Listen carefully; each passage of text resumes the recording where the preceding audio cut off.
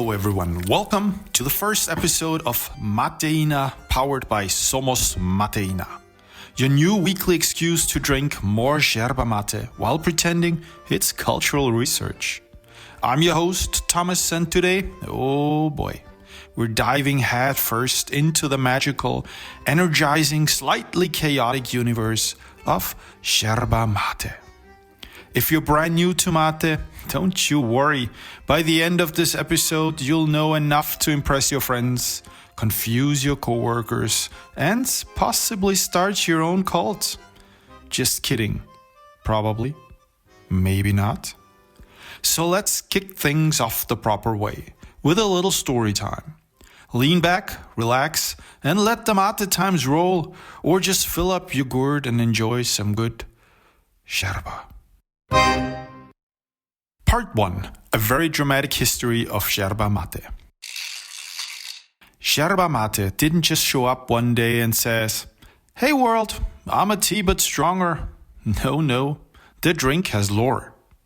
Long before it appeared in hipster cafes and on your favorite football player's Instagram. You know who I'm talking about. The Guarani people of South America were already sipping mate like it was liquid enlightenment. And honestly, they were onto something, no? Legend says the god Tupa gifted the yerba mate plant to an elderly man as a thank you for being a great host. Imagine this, having a god show up at your house, and instead of leaving a fruit basket or a scented candle, he gives you caffeine for life? That's a pretty solid deal, no? Well, to me at least it is. Fast forward a bit. The Spanish arrive, taste mate, and immediately go, yup, we're taking this. Jesuit missionaries start cultivating it, and mate spreads across South America faster than memes spread across the internet. Today, in places like Argentina, Uruguay, Paraguay, and southern Brazil, mate isn't just a drink. It's a lifestyle. People carry thermoses the way some of us carry emotional baggage, constantly and everywhere. And every time someone hands you a gourd, they're not just offering you a drink. They're offering a connection, a conversation, and probably 20 minutes of intense social bonding.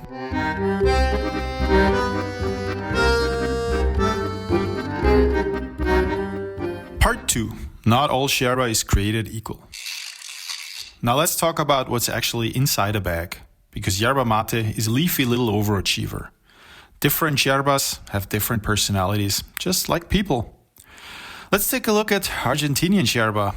Oh yes, Argentina. Home of the tango, steak, Messi, Maradona, and yerba for people who don't want their souls punched out of the first sip. Balanced, smooth, and friendly. This yerba gives you a warm hug, not a slap.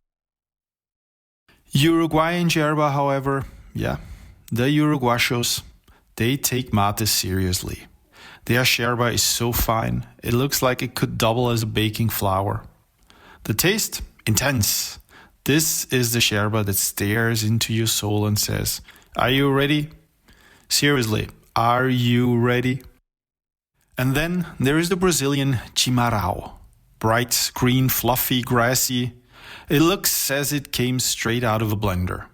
Drinking Chimarrão feels like sipping a smooth forest. In a good way, though.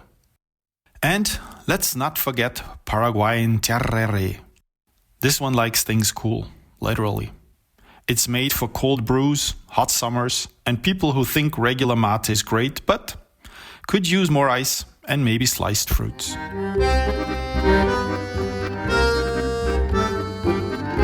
Part 3. The gourds. Choose your fighter. Your mate vessel, it says more about your personality than you would think, even more than your horoscope. There's traditional gourds, it's called calabaza, the wooden gourds, glass or ceramic, stainless steel, or modern mate cups. Let's look at the traditional gourd for the mate purist. Handmade, natural, and dramatic. Needs curing care and love. Basically, a plant that wants to be treated like a pet.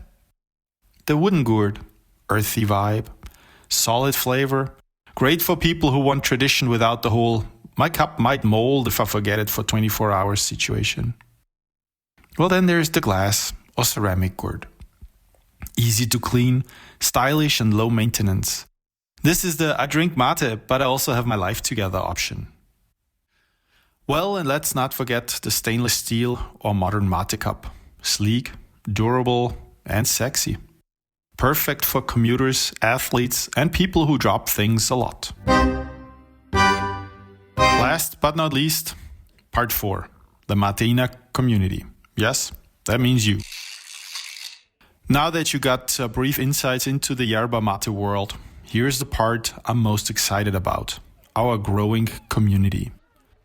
Whether you're a mate newbie, hardcore daily drinker, or someone who just likes holding fancy cups for the aesthetic, you're welcome here. Mate culture has always been about sharing, and even though we're not physically passing a gourd in a circle, this podcast is my digital version of that ritual. Every week, we'll talk about yerbas, preparation techniques, mate myths, interviews, fun stories, and yes, probably a few controversial opinions like, is putting honey in mate a crime?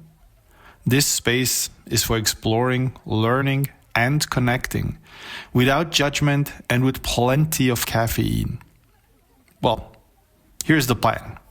This is just the beginning. Mateina will be a weekly podcast, dropping fresh episodes full of mate wisdom, personal stories, expert insights, and all the quirky energy you probably didn't know you needed today.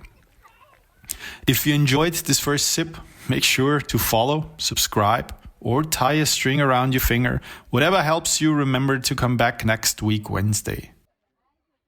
Thanks for hanging out with me for this very first episode. Now go, refill your gourd, share a sip with someone you like, and I'll see you again next Wednesday. And don't forget, el café es para mortales, la mateína para leyendas. I'm your host, Thomas.